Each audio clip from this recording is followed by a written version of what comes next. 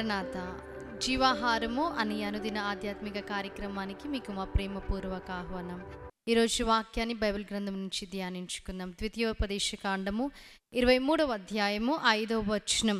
నీ దేవుడైన యెహోవా నిన్ను ప్రేమించెను గనుక నీ దేవుడైన యెహోవా నీ నిమిత్తము ఆ శాపమును ఆశీర్వాదముగా చేసెను. వాక్యంలో మనం చూచినట్లయితే మరి శాపమును ఆశీర్వాదముగా మార్చే దేవుడు మనకున్నాడు.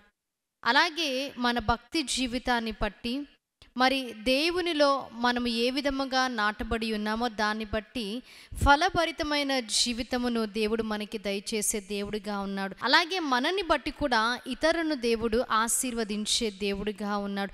ఎలాగైతే మన శాపభారాన్ని పాపభారాన్ని దేవుడు మోసి ఆశీర్వాదమును మనకు దయచేసి ఉన్నాడో అలాగే ఆయనని నమ్మిన మనను కూడా ఆయన ఆశీర్వదించే దేవుడిగా ఉన్నాడు.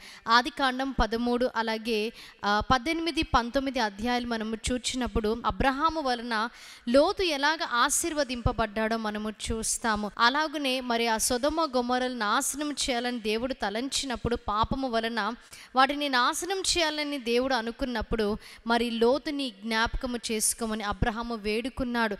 ఆ విధముగా లోతు రక్షింపబడ్డాడు, దీవించబడ్డాడు, ఆశీర్వదింపబడ్డాడు. ఆదికాండము 39వ అధ్యాయంలో మనం చూసినప్పుడు ఇక్కడ మరి పోతిఫర్ ఇంట్లో యోసేపు ఉండడం మనము చూస్తాం. యోసేపుకి మరి దేవుడు తోడై ఉన్నాడు.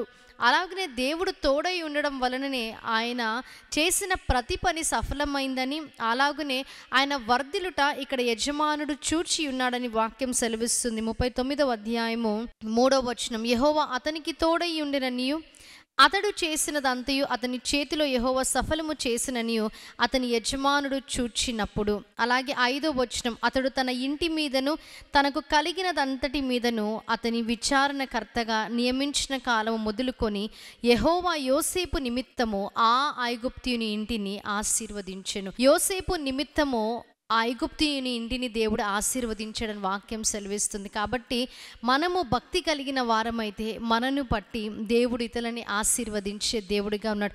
శాపమును తొలగించి వారిని ఆశీర్వదించే దేవుడిగా ఉన్నాడు. ఇటు వాక్య వర్తమానాన్ని దేవుడు మీ వినికిడిలో హృదయములో భద్రపరిచి దీవించి ఆశీర్వదించునుగాక.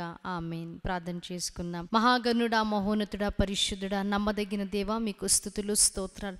అవును తండ్రి, మమ్మల్ని ఎంతగానో ప్రేమించి ఉన్నారు కాబట్టి మా భారాన్ని పాపభారమును మీరు మోసి వాటి నుంచి మమ్మల్ని తొలగించి మమ్మల్ని దీవించి ఆశీర్వదించి ఉన్నారు తండ్రి. అదే విధముగా తండ్రి మేము భక్తి కలిగి జీవించినప్పుడు మా వలన ఇతరులు కూడా ఆశీర్వదింపబడతారని వాక్యము ద్వారా మీరు మాతో మాట్లాడి ఉన్నారు. ఈ వాక్యాన్ని వారి హృదయంలో మీరు భద్రపరిచి తండ్రి దేవ శాపమును ఆశీర్వాదముగా మీరే మార్చివేయండి. మీరే వారిని దీవించండి, ఆశీర్వదించండి. యేసుక్రీస్తు నామములో అడిగి వేడుకుంటున్నాం ప్రియ పరలోకపు తండ్రి.